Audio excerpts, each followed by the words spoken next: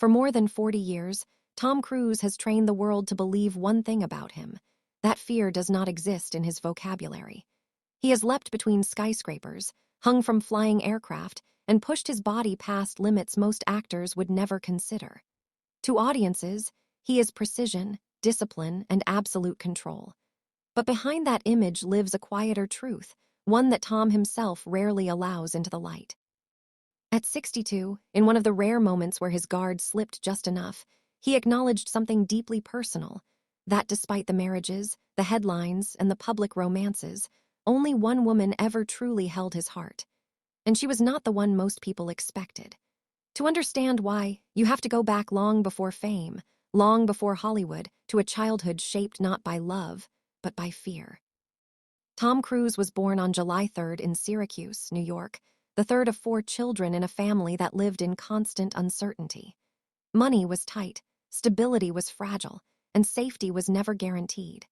His father, though professionally educated, ruled the household through intimidation and unpredictability. Years later, Tom would describe him as a man who used fear as a tool, someone who believed control mattered more than affection. Inside that home, trust was dangerous, and silence was survival. His mother, Mary Lee, did her best to protect her children, working as a special needs teacher and offering what comfort she could. But the emotional damage had already taken root. Tom learned early that love could disappear without warning, a lesson that would quietly define every relationship he later tried to build. By the time Tom reached his teenage years, he had attended nearly 15 different schools. Every movement starting over, relearning social rules, and letting go of connections before they could feel real. Stability became something temporary, almost imaginary. During a short stay in Canada, however, something unexpected happened. A teacher encouraged Tom to perform in a small school production. For the first time, he felt seen without being judged. On stage, fear had boundaries. He could choose who he was, control the moment, and escape the chaos waiting offstage. Acting didn't just give him purpose, it gave him safety. That feeling stayed with him long after the curtain closed. Religion became another attempt to find structure. As a teenager, Tom briefly entered a Catholic seminary, considering the priesthood. Whether he left because of family relocation or disciplinary reasons mattered less than the pattern itself. Tom was constantly searching for systems that promised clarity, rules, and protection. When those systems failed to provide emotional safety, he walked away without hesitation. This cycle followed him into adulthood. Fame would arrive quickly, but emotional grounding never did. While success offered control, love required vulnerability, something he had learned to associate with pain. When Hollywood finally noticed him, the transition was immediate and overwhelming. Tom went from struggling actor to rising star almost overnight. Attention replaced anonymity, but confusion replaced peace. In his early dating years, he wasn't chasing passion, he was searching for reassurance. Melissa Gilbert was one of the first women to see him during this fragile phase.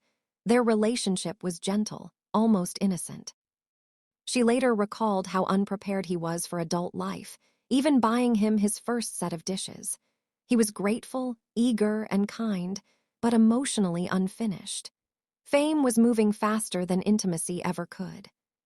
Short relationships followed, each revealing something about Tom's inner struggle.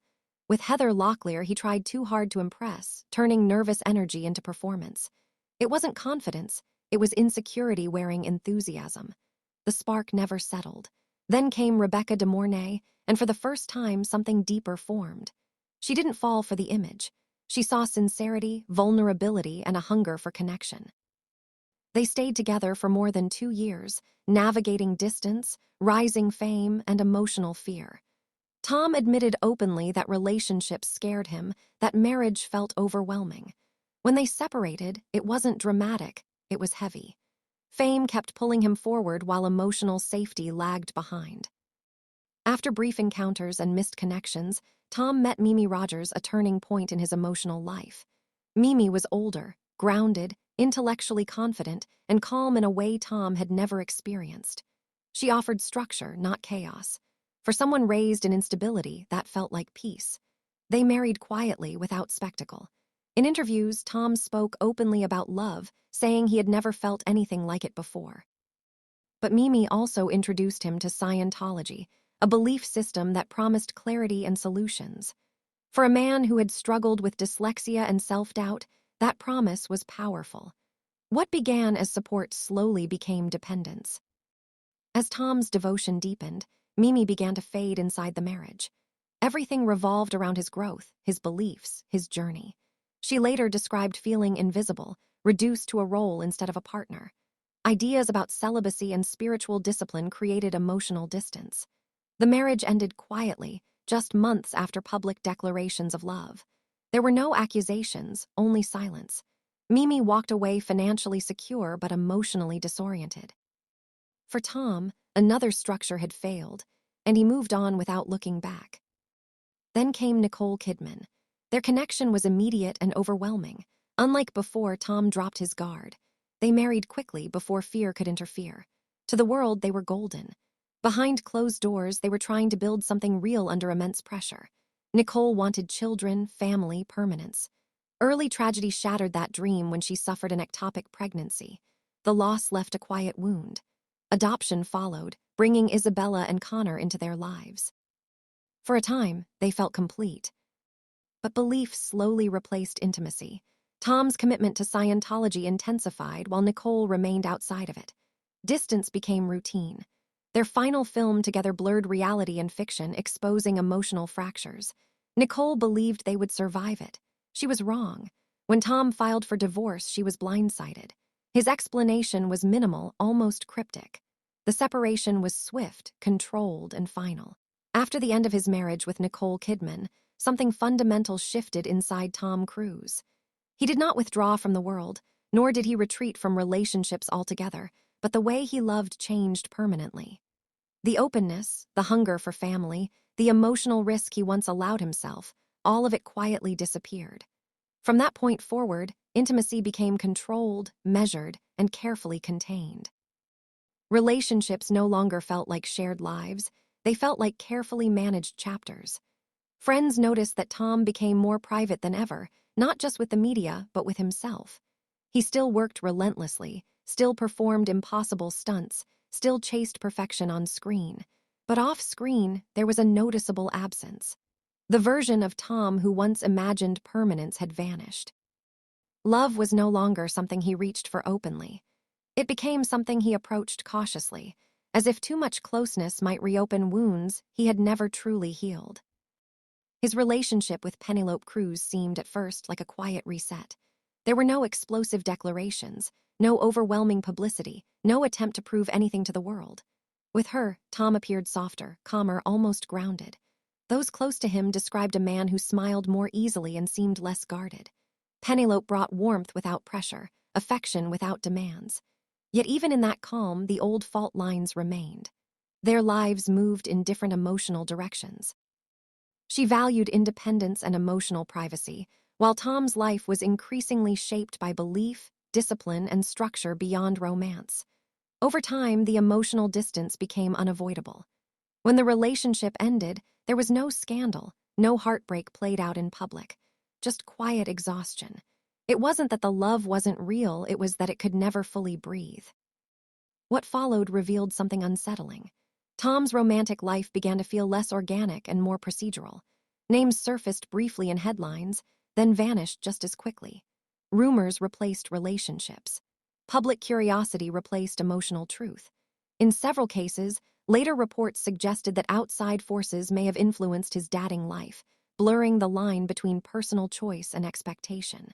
Whether every claim was accurate or not, the pattern was undeniable. Romance no longer unfolded naturally. It appeared filtered, approved, and controlled. Tom never corrected the narratives, never defended himself, never clarified. Silence became his strongest shield. The same man who risked his life on camera avoided emotional exposure at all costs. It was easier to be seen as mysterious than vulnerable. Then came Katie Holmes, and everything changed, not emotionally but publicly. The intensity of their relationship shocked the world. The declarations of love were loud, dramatic, and impossible to ignore. For a moment, it seemed as though Tom had finally let go of restraint. But beneath the spectacle, something felt different. The intimacy appeared staged, the happiness amplified, the narrative tightly controlled. When the marriage ended, it happened swiftly and decisively. And once again, Tom returned to silence. After Katie, there were no serious long-term relationships that blended love, family, and vulnerability. No shared domestic life. No emotional risk at that level. It became clear that something essential had been lost long before. When Tom Cruise later spoke about love, in fragments, reflections, and carefully chosen words, he never named the woman who changed him most. He didn't have to. The truth lived in the pattern he never broke. Nicole Kidman was the emotional dividing line in his life, the before and the after. She met him before belief replaced intimacy, before systems overtook trust, before love became something that required protection and permission. With her, he imagined a future in the most human sense: home, children, permanence. When that vision collapsed, it took the version of Tom who believed in lasting love with it. Others came after her, but none occupied the same space. He never blamed her, never diminished her, never replaced her. And sometimes, the loudest confession a man can make is not in what he says, but in what he never tries to undo.